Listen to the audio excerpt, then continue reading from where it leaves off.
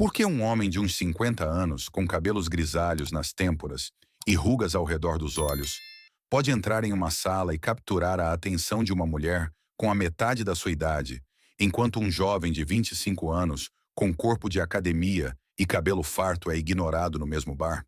Você já viu isso acontecer. Talvez você já tenha vivido isso. Talvez você esteja assistindo a isso agora mesmo, porque há algo em tudo isso que não faz sentido. A cultura não para de lhe dizer que a juventude vence, que as mulheres buscam a atração física, que uma vez que você atinge certa idade, você desaparece no fundo como um móvel velho no qual ninguém quer se sentar. Mas a realidade continua sussurrando algo diferente. Os estoicos entenderam esse segredo há 2000 anos. Marco Aurélio governou o império mais poderoso da Terra, enquanto travava batalhas aos 60 anos. Sêneca escreveu cartas que seduziram as mentes de imperadores e aristocratas até o fim de sua velhice. Catão, o jovem, foi temido e desejado pela elite política de Roma até o dia de sua morte. Esses homens não foram lembrados por seus rostos. Foram lembrados por algo completamente diferente. Algo que os homens modernos esqueceram como construir. Hoje, vou detalhar os 5 traços masculinos que tornam os homens mais velhos magnéticos, irresistíveis, quase perigosos aos olhos das mulheres que sabem o que é realmente a qualidade. Não são truques, não são frases feitas. São os pilares que os antigos estoicos passaram suas vidas forjando. E ao final deste vídeo, você entenderá exatamente por que os olhos de uma mulher se fixam em um certo tipo de homem mais velho e exatamente como se tornar um deles. Se você está pronto para parar de pensar pequeno, fique até o final, porque o 5º traço é aquele que quase nenhum homem desenvolve, e é o que separa os esquecíveis dos inesquecíveis. Vamos começar. Observe um jovem em uma situação tensa. Sua voz se eleva, suas mãos se movem. Ele enche o ar de palavras porque o silêncio lhe parece uma derrota. Ele acredita que o barulho é poder. Ele acredita que reagir é força. Agora, observe um homem mais velho que já caminhou por fogo real em sua vida. Alguém o interrompe. Alguém o insulta. Alguém o testa. E o que ele faz? Nada. Ele deixa o silêncio se assentar ali como uma rocha. Ele não se abala. Ele não se apressa em se defender.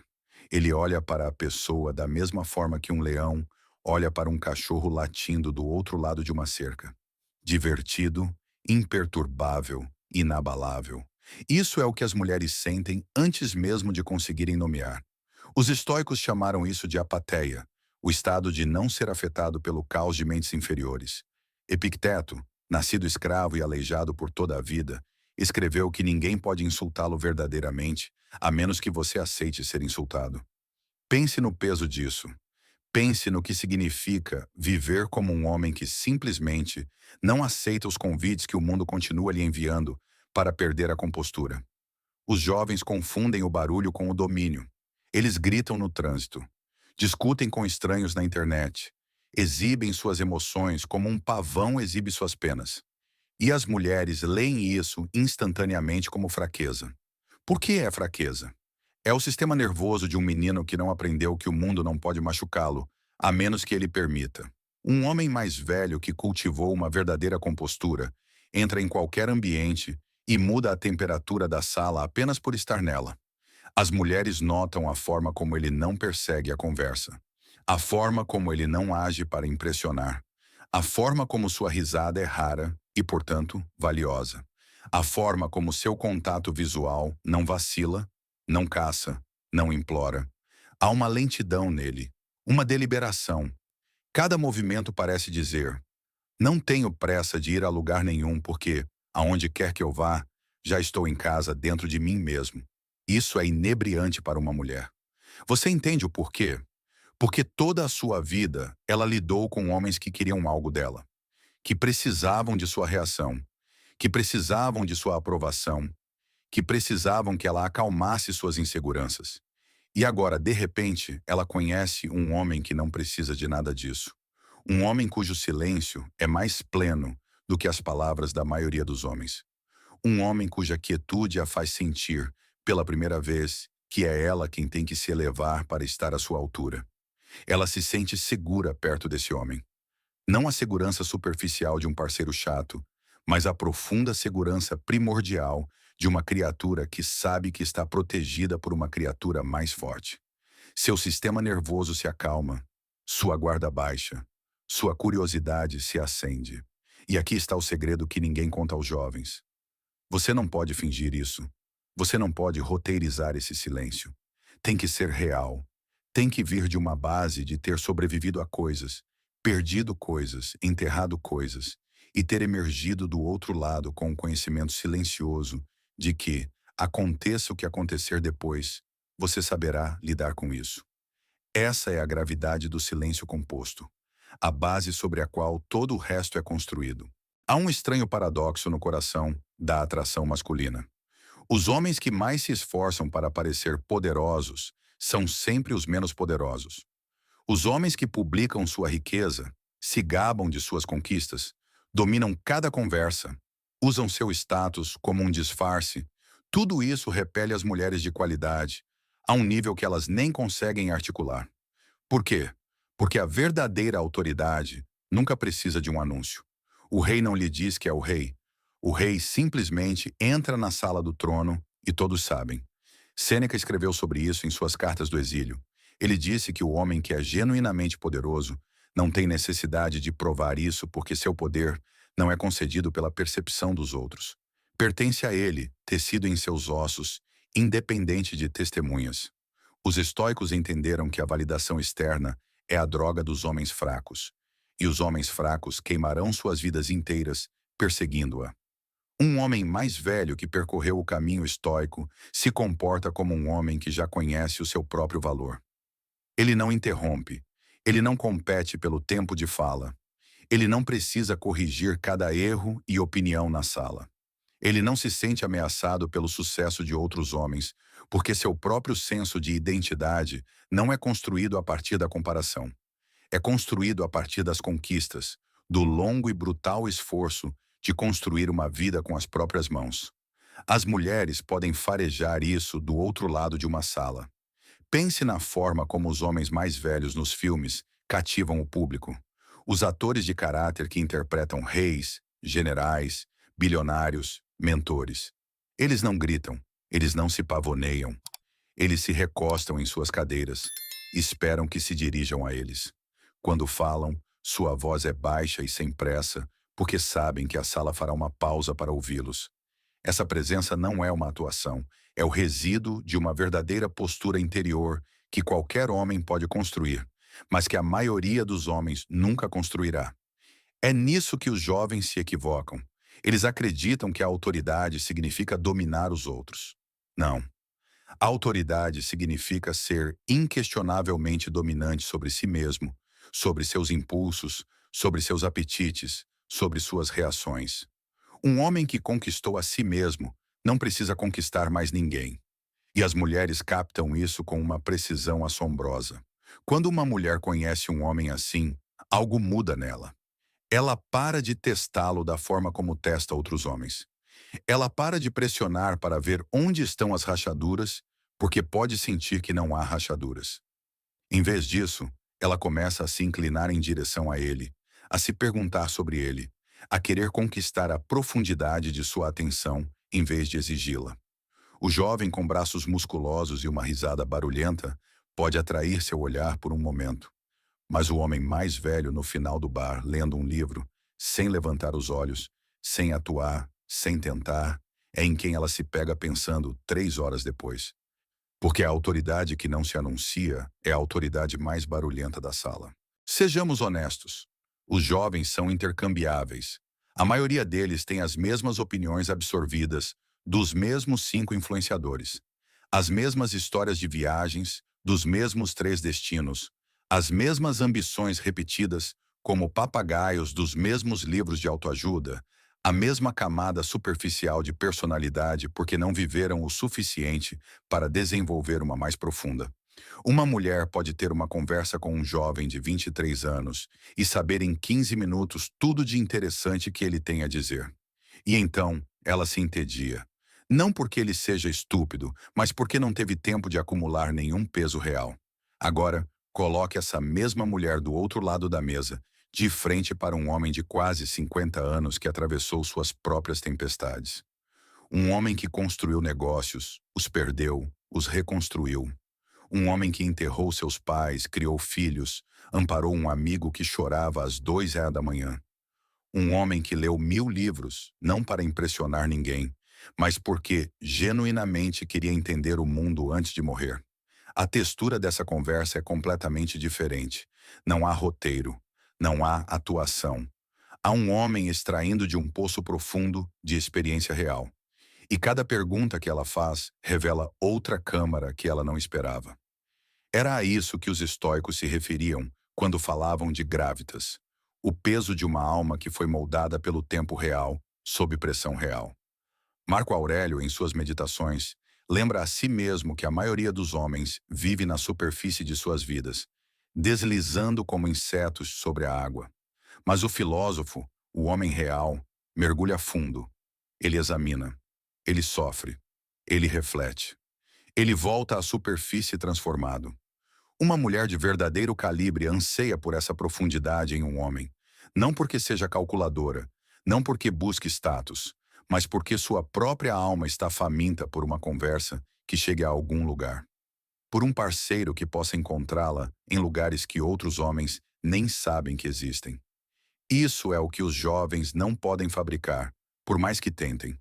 O olhar nos olhos de um homem que foi humilhado pela perda, o sorriso tranquilo de um homem que fez as pazes com sua mortalidade. O lento aceno de cabeça de um homem que sabe exatamente o que a mulher à sua frente está sentindo, porque ele mesmo já sentiu isso 100 vezes em 100 salas diferentes. É por isso que os homens mais velhos estoicos, têm uma vantagem injusta. Eles têm conteúdo, eles têm substância, eles têm histórias que não precisam de enfeites, porque as histórias já são dramáticas o suficiente por si só. E quando uma mulher encontra um homem assim, ela não quer apenas uma noite com ele. Ela quer muitas noites. Ela quer continuar tirando as camadas. Ela quer saber o que o formou, o que o quebrou, o que o reconstruiu. A vida dele se torna um livro que ela quer ler lentamente, página por página. A profundidade é uma força gravitacional. A superficialidade é a ausência de gravidade. Adivinhe qual delas mantém uma mulher em órbita. Este pode ser o traço mais incompreendido de todos, e é onde 90% dos homens, de todas as idades, erram. Observe como a maioria dos homens se comporta quando se sente atraída por uma mulher. Eles se inclinam em direção a ela, enviam mensagens de texto demais, tentam impressionar, concordam com tudo o que ela diz. Eles se remodelam como argila úmida para se encaixar em qualquer molde que acreditam que ela queira. Eles estão tão aterrorizados de perdê-la que sacrificam a mesma coisa que faria com que ela os desejasse. Seu próprio centro, sua própria estrutura, seu próprio eu inabalável. Um homem mais velho estoico não faz isso. Ele já viu o suficiente. Ele já perdeu o suficiente.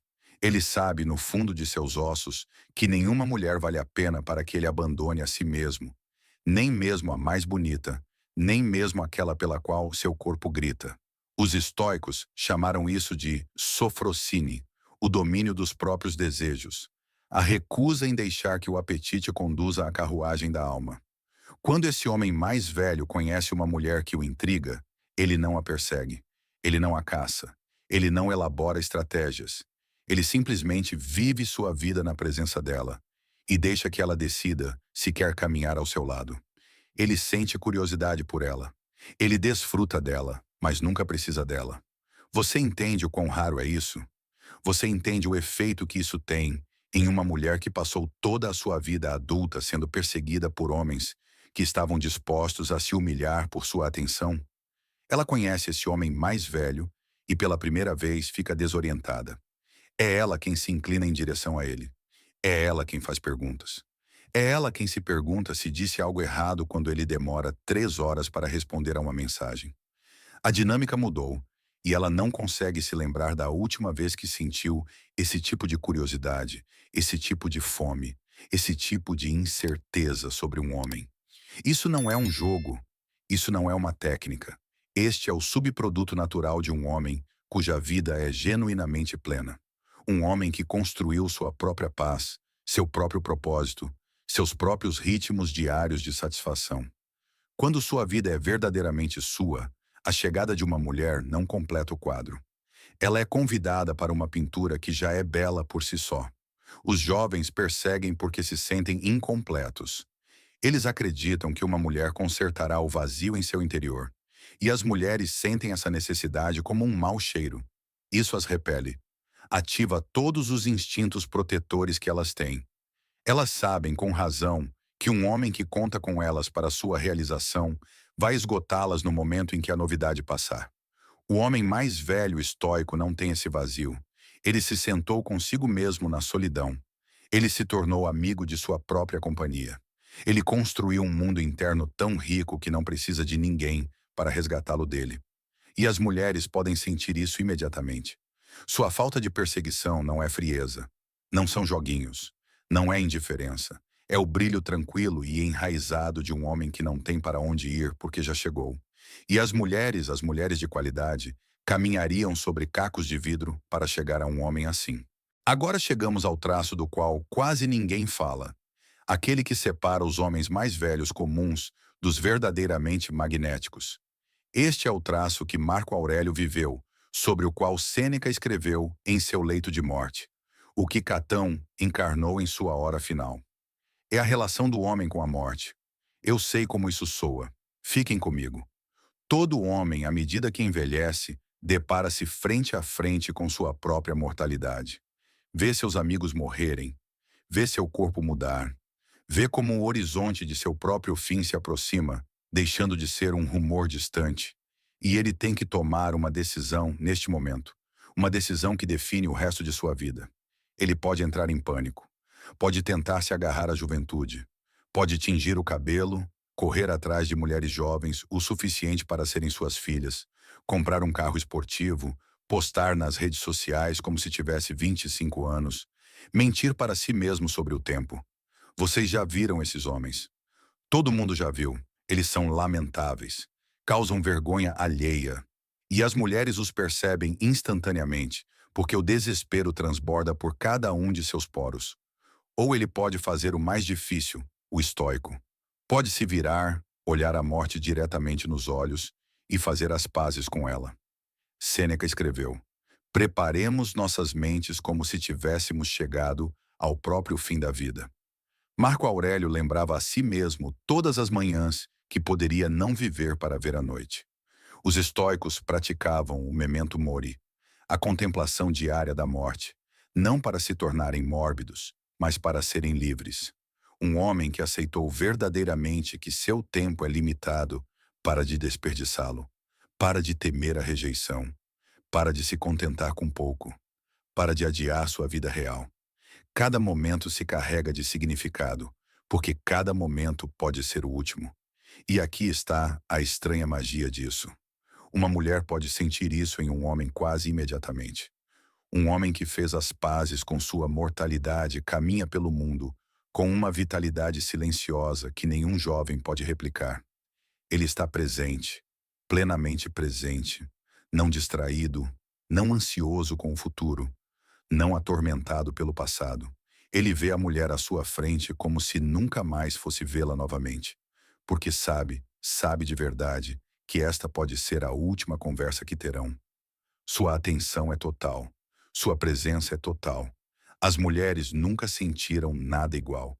A maioria dos homens que elas conheceram está lá pela metade, checando seus telefones, pensando no trabalho, ensaiando mentalmente sua próxima frase. Este homem estoico mais velho está plenamente no momento com ela, e seus olhos abrigam uma espécie de finalidade calorosa e tranquila, que a faz sentir como se fosse a coisa mais importante do universo durante o decorrer daquela conversa. E além da presença, há algo mais, uma espécie de paz, uma espécie de gentileza. Os homens que temem a morte tornam-se cruéis, desesperados, gananciosos. Os homens que se tornaram amigos da morte tornam-se mais suaves, mais sábios, mais gentis. Não lhes resta nada a provar. Eles já enfrentaram a única coisa que vale a pena temer e saíram do confronto intactos. Este homem ri com facilidade porque sabe o quão precioso é o riso. Ama profundamente porque sabe que o amor é finito. Ouve com atenção porque entende que cada palavra pode ser a última que ouvirá da pessoa que fala. Há um peso de ternura nele que os homens jovens nem sequer podem imaginar.